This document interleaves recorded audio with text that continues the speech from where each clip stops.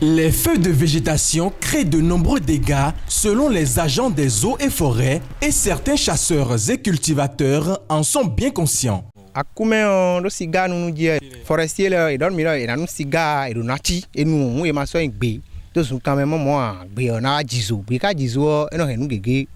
Les fumeurs doivent veiller à leurs mégots après avoir fini leurs cigarettes.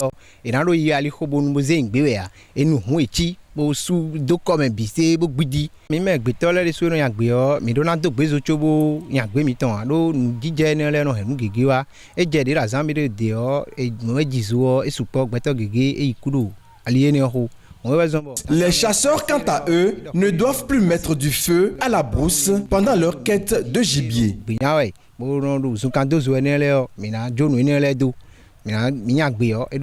Les forestiers nous disent également que les vendeurs de liquides inflammables doivent faire attention à toute étincelle.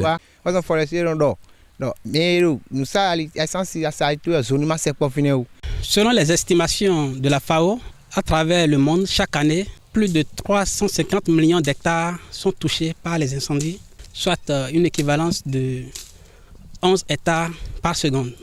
Suite à la publication de cette donnée par la FAO, chaque pays a défini des stratégies et des méthodes pour pouvoir protéger ses couverts végétaux. Au Bénin, pendant la période de sécheresse, entre autres méthodes, nous sensibilisons et surveillons les agriculteurs, les peuls, c'est-à-dire les bouviers, et les braconniers. Je veux parler des chasseurs indélicats, ceux qui fument de la cigarette et qui jettent les mégots pêle-mêle.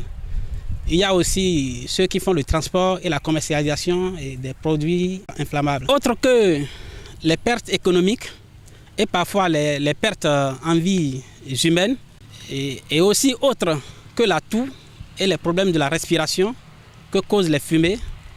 Et des analyses ont détecté dans ces fumées des hydrocarbures aromatiques polycycliques, c'est-à-dire les HAP, et les COV, c'est-à-dire les composés organiques volatiles, qui sont des substances cancérigènes. Il y a aussi les rayons solaires qui interagissent avec les fumées pour produire ce que nous appelons la pollution photochimique.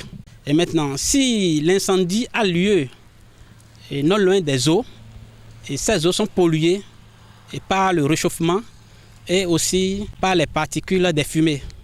Toutefois, il y a des feux commis volontairement et ceux commis inconsciemment. Dans les deux cas, l'individu est sujet à une amende et court même des risques d'emprisonnement.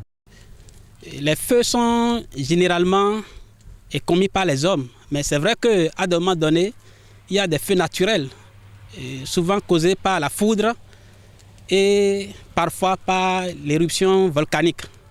Et il faut reconnaître que les feux causés par la foudre et l'éruption volcanique sont des feux assez rares. Maintenant, si le feu est commis de façon involontaire, c'est-à-dire par imprudence, l'auteur est puni d'une amende de 50 000 à 500 000 et d'un emprisonnement suivi d'un emprisonnement de 3 mois à 3 ans ou l'une de ces deux peines seulement. Maintenant, si le feu est allumé de façon volontaire dans l'intention de nuire à son prochain, l'auteur subit les peines criminelles. Pour ne pas tomber sous le coup de la sanction, agriculteurs et chasseurs peuvent faire recours à d'autres techniques de feu de végétation.